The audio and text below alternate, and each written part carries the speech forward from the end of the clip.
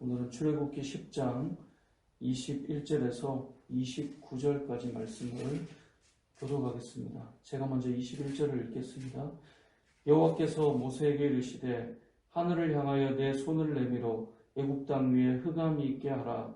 곧 더듬을 만한 흑암이리라. 모세가 하늘을 향하여 손을 내밀매 깜깜한 흑암이 3일 동안 애굽 온 땅에 있어서 그동안은 사람들이 서로 볼 수 없으며 자기 처소에서 일어나는 자가 없으되 온 이스라엘 자손들이 거주하는 곳에는 빛이 있었더라. 바로가 모세를 불러서 이르되 너희는 가서 여호와를 섬기되 너희 양과 저는 머물러 두고 너희 어린 것들은 너희와 함께 갈지니라. 모세가 이르되 왕이라도 우리 하나님 여호와께 드릴 제사와 번제물을 우리에게 주어야 하겠고 우리의 가족도 우리와 함께 가고 한 마리도 남길 수 없으니 이는 우리가 그 중에서 가져다가 우리 하나님 여호와를 섬길 것이며 또 우리가 거기에 이르기까지는 어떤 것으로 여호와를 섬길지는 알지 못하니이다. 여호와께서 바로의 마음을 완악하게 하셨으므로 그들을 보내기를 기뻐하지 아니하고 바로가 모세에게 이르되 너는 나를 떠나가고 스스로 삼가 다시 내 얼굴을 보지 말라. 네가 내 얼굴을 보는 날에는 죽으리라. 함께요. 모세가 이르되 당신이 말씀하신 대로 내가 다시는 당신의 얼굴을 보지 아니하리이다. 아멘. 이 어린 시절 수련회 때 빠지지 않는 프로그램이 있었다면 그것은 담력 훈련이었습니다. 한 밤 10시쯤 되면 학생들이 다 모여서 그 출발선에서 목적지까지 한 명 한 명 정해진 길을 가게 됩니다. 선생님들이 중간중간 이렇게 등장하면 얼마나 공포스럽고 무서웠는지 몰라요. 예전에는 이 담력 훈련을 왜 그렇게 시키셨는지 모르겠는데, 근데 어느 지점에서 선생님이 등장하지 않는 때가 있었어요. 그러니까 이쯤 되면 나오셔야 되는데 아무도 안 나오는 거예요. 그러니까 이게 선생님이 나와서 두려웠던 게 오히려 더 나은 거죠. 그래서 누가 좀 나오면 좋겠다. 그렇게 긴 시간 동안 그런 두려운 마음으로 가다가 선생님이 나오니까 이게 무서운 게 아니라 너무 반가운 거예요. 그래서 등장하는 선생님 때문에 오히려 기뻤던 그런 기억이 있습니다.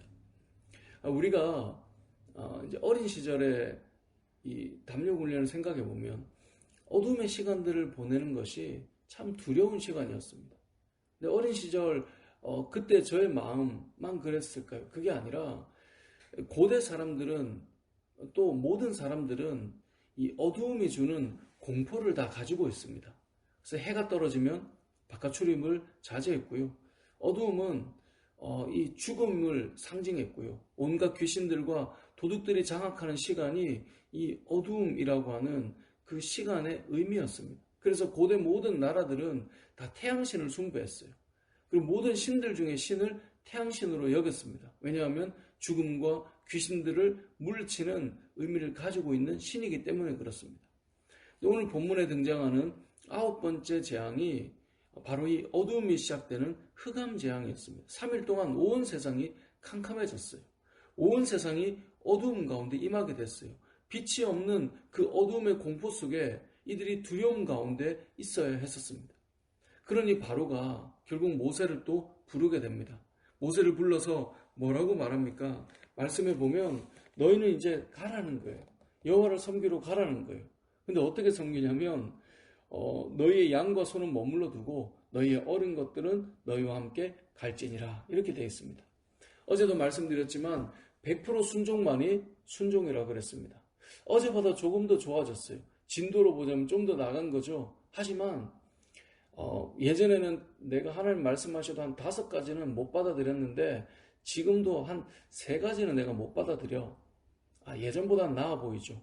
우리는 그럴 때 참 괜찮아, 좋아졌어 라고 생각할 수도 있지만 분명한 건 하는 말씀에 100% 순종하는 것이 진정한 순종이다 라고 하는 사실을 기억해야 됩니다. 그래서 바로는 여전히 순종하는 사람은 아닙니다. 내가 허락은 해주는데 내가 허용하는 요만큼 받아들이고 가도록 해. 지금 그 말을 하고 있는 것입니다. 근데 아무튼 이 상황 속에 오늘 본문은 우리가 우리가 지금까지 재앙을 볼 때 그 재앙의 의미와 재앙이 임하는 그 애굽을 향하여 많이 생각해 보았는데, 오늘은 반대로 재앙이 임하는 곳이 있었는데 반대로 재앙이 임하지 않은 곳도 있었음을 오늘 성경은 계속해서 보여주었지만 오늘 본문을 통해 한번 생각해 보려고 합니다. 오늘 본문 말씀 23절에 보면 무엇이라고 말합니까? 그동안은 사람들이 서로 볼 수 없고 자기 처소에서 일어나는 자가 없으되 온 이스라엘 자손들이 거주하는 곳에는 빛이 있었더라. 아멘. 이스라엘 자손들이 거주하는 곳에는 빛이 있었다는 거예요.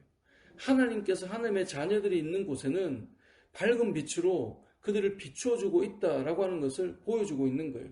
어둠 가운데 모두가 공포와 죽음의 공포와 두려움의 공포를 가지고 있는 그 상황 속에서도 하나님께서는 하나님의 자녀들을, 하나님의 백성들을 빛을 비추심으로 그들을 돌보시고 지켜주고 있었다라고 하는 것을 오늘 본문은 말씀하고 있는 것입니다. 우리는 계속해서 바로 왕과 애굽 땅을 중심으로 재앙이 어떻게 임하였는가 살펴보았지만, 반대로 보자면 하나님께서는 어둠 가운데서도 여전히 빛을 비추어주고 있는 하나님의 백성들이 있었다라고 오늘 본문은 말씀하고 있어요. 우리가 앞에서도 제가 이 부분을 다루지 않아서 그렇지만 생각해보면 메뚜기가 온 땅을 덮어 어둡게 되었을 그때에도 하나님의 백성들의 땅은 지켜졌고요. 우박이 쏟아지는 그때에도 하나님의 백성들의 땅은 하나님께서 보호하셨고요. 가축의 돌림병이 임하여 죽어갈 때도 이스라엘 백성들의 가축은 지켜주셨고요.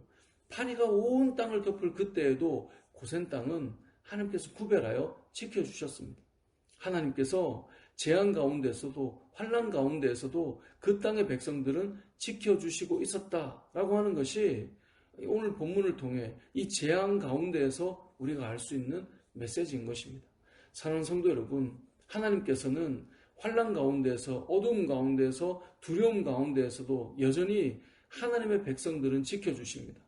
하나님께서는 여전히 하나님의 백성들에게는 밝은 빛을 비추어서 어두움이 물러가게 하시고 어두움을 걷어내시고 빛 대신 하나님께서 우리를 밝게 인도해 가신다는 사실을 우리는 기억해야 된다는 것입니다.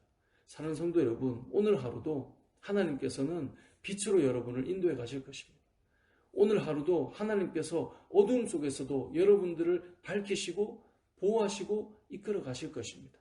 그렇기 때문에 오늘 하루를 살아갈 때 하나님께서 저와 여러분을 돌보시는 은혜 아래 우리가 살아가는 사실을 기억하시고 오늘 하루도 담대하게 믿음 안에 살아가는 저와 여러분 되시길 주님의 이름으로 축복합니다.